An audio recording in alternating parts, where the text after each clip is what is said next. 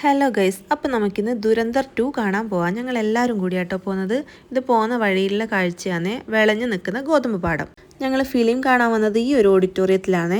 Film തുടങ്ങുന്നതിന് ഏകദേശം ഒരു മണിക്കൂർ മുമ്പ് ഞങ്ങൾ എത്തിയിട്ടുണ്ട്. പക്ഷേ എന്നാലും ഫ്രണ്ടിലാണ് സീറ്റ് കിട്ടിയത്. ഇവിടെ ഞങ്ങൾക്ക് ടിക്കറ്റൊന്നുമില്ല. ആദ്യം വരുന്നവർക്ക് ബാക്കിൽ സീറ്റ് കിട്ടും.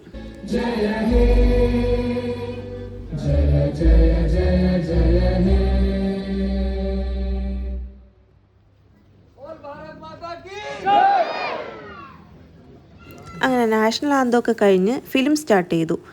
ആദ്യം കുറച്ച് നേരം മോനത് നോക്കിയിരുന്നു. അത് കഴിഞ്ഞ് കാർട്ടൂണിന് വേണ്ടി ചോദിക്കാൻ തുടങ്ങി.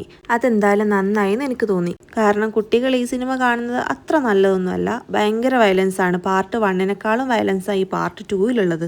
പിന്നെ ഇൻ്റർവെല്ലൊക്കെ കഴിഞ്ഞ് പിന്നെ ഫിലിം സ്റ്റാർട്ട് ചെയ്തു.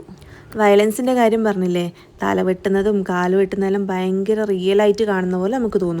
എല്ലാവരും ലാസ്റ്റ് ഫിലിം കഴിഞ്ഞു എന്ന് പറഞ്ഞ് എണീറ്റ് പോയി. ഞങ്ങൾ പക്ഷേ പോയില്ല. ഫുള്ള് കണ്ട ശേഷം ഞങ്ങൾ പോയി. ഈ പേരൊക്കെ എഴുതി കാണിക്കൂലേ, ആ സമയത്ത് നമ്മൾ എണീറ്റ് പോവരുത്. ആ സമയത്താണ് ഇതിൻ്റെ ടൈറ്റിൽ എഴുതി കാണിക്കുന്നത്. സ്റ്റാറ്റസ് ഇടാൻ അതുകൊണ്ട് ഞങ്ങൾക്ക് ടൈറ്റിലും കിട്ടി. 4 മണിക്കൂറാട്ടോ സിനിമ ഉണ്ടായിരുന്നത്.